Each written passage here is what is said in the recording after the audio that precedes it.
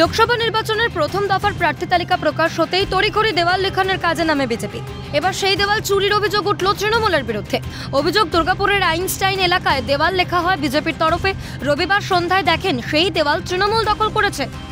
কিছুই নয়, 29শে ফেব্রুয়ারি আমরা, আপনারা জানেন, পুরো দেশ জুড়ে আমরা লোকসভার নির্বাচনের প্রস্তুতি শুরু করে দিয়েছি।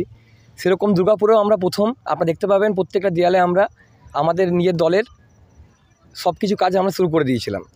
এদিনকে আমরা 29শে ফেব্রুয়ারি আমরা দেয়াল লেখন করি। কালকে হঠাৎ এসে দেখি ওই দেয়ালটা কেউ দখল করে নিয়েছে।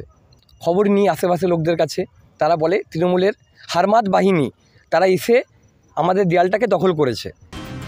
এ বিষয়ে সমস্ত অভিযোগ অস্বীকার করে তৃণমূলের পাল্টা দাবি, ওই দেওয়াল সবসময় তৃণমূল ব্যবহার করে এসেছে, বিজেপি তাদের দেওয়াল দখল করেছে।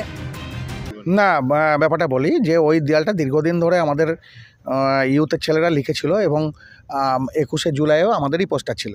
হঠাৎ করে আমরা খবর পাই যে বিজেপি ওটাতে রং টং করছে, তো আমরা প্রথমে ওটাতে হস্তক্ষেপ করিনি। আমরা প্রশাসনকে জানিয়েছি, আমাদের মেন থানায় জানিয়েছি, বিজন আইসিও জানে, এবং যথারীতি আজকে বিকেলবেলা নিয়মমাফিকভাবে যেহেতু আমাদের ওয়াল এবং আমাদের বুক ফর ছিল, আমাদের ছেলেরা ওটা রং করেছে, চুন করেছে, এবং ওটাতে আমাদের মনোনীত প্রার্থীর নাম লিখে প্রচারের জন্য লিখেছে।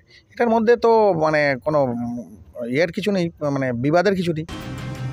দেওয়াল পুনর্দখলে নেমে শাসক দলের বিরুদ্ধে পাল্টা করা আক্রমণ বিজেপির।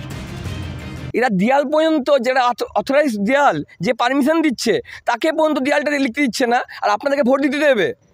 কিন্তু এবার আমরা প্রস্তুত আছি, দখল করে নিলাম, দেখছি কে আটকাচ্ছে আমাদেরকে।